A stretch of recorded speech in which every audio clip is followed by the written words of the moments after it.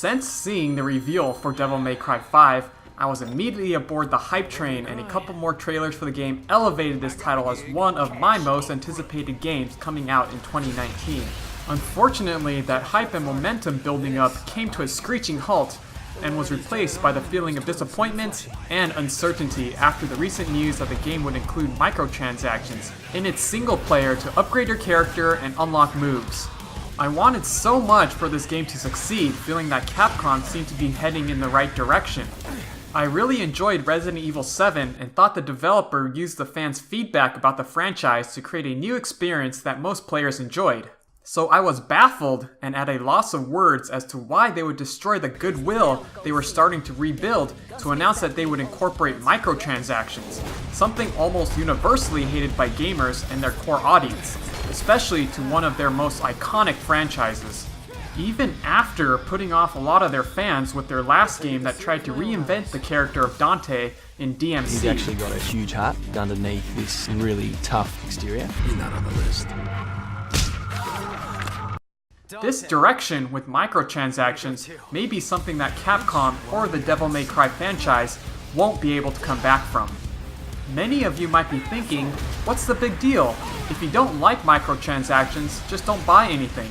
It's not like you're forced to pay extra because you can unlock everything normally, and the microtransactions are there for players that don't have the time and would rather skip the grind for resources or tokens. My experience with microtransactions have always negatively impacted the single-player experience. If the game is designed with microtransactions in mind, a grind is then created to push players towards in-game purchases. Games like Clash of Clans or Fallout Shelter encourage players to use real money or penalize them by having you wait and or play the game to extreme amounts.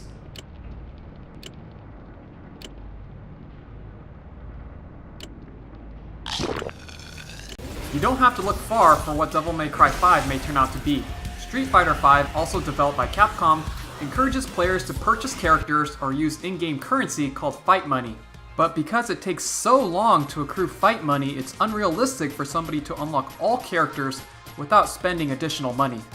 Frankly, it's ridiculous that you have to pay a full $60 for the game, then still need to pay extra or hundreds of hours of gameplay to unlock additional features.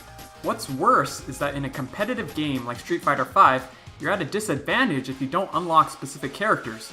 Based on history, microtransactions have always negatively impacted the single-player experience because it's designed to keep players spending money.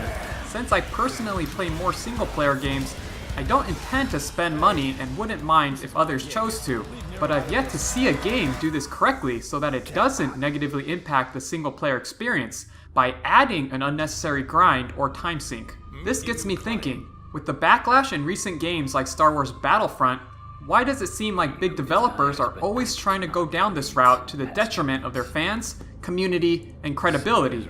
Of course, I believe they wouldn't be doing this if their main concern wasn't money. While sales may suffer initially, as seen by the weak sales of Battlefront 2, the long-term revenue generated by games with microtransactions are still higher compared to not having them. While most people may not buy any additional items from the microtransaction shop, and some may not buy the game altogether, the small minority of people who invest largely into the eShop will easily generate more to make up for the difference. I believe mobile games, specifically the free-to-play model, has had a huge negative impact on the gaming industry. Games like Fortnite, while being a commercial success, and the envy of many game studios exemplifies what's wrong with the industry. While the popularity of Fortnite will fade, its model of being able to spend hundreds on cosmetics and temporary boosts, or more blatant play-to-win features, is not what all games should be moving towards.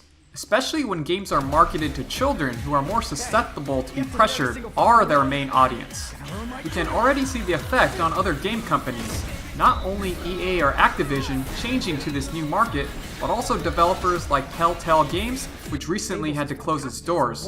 I loved The Wolf Among Us and was looking forward to the sequel, which plans have now been cancelled. The question is, can traditional games without a microtransaction shop be successful for developers? There are many good articles written that show that with games having a larger and larger production budget, developers and publishers need to include microtransactions or ultimately increase the cost of the game to $80 or more. And taking into account that making one game that is not financially successful can cause a small developer to go belly up. That's why I'm glad to see games like Marvel's Spider-Man be successful, and know that others want to see it too. Of course, times have changed, and DLC is another topic that comes to mind.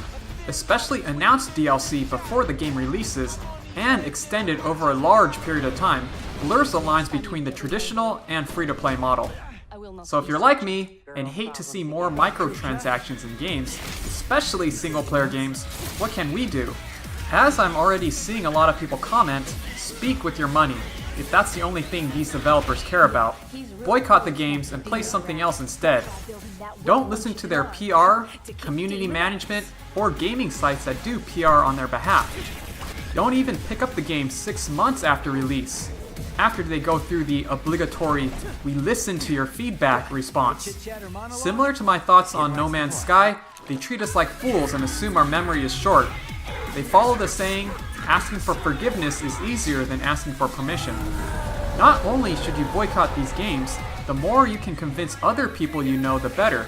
Sign a petition, don't buy the games even if it's on sale, support other developers, leaving feedback to the developers and publishers are all small things that add up and show that we as consumers are ultimately who the developers are trying to make happy, not their shareholders or people only concerned about milking their fans as much as possible. Let me know if you guys feel the same in the comments below. Thanks for watching. If you like these types of videos, like, share, and sub. Hope to see you guys back in a couple days for the next video. And have a great week.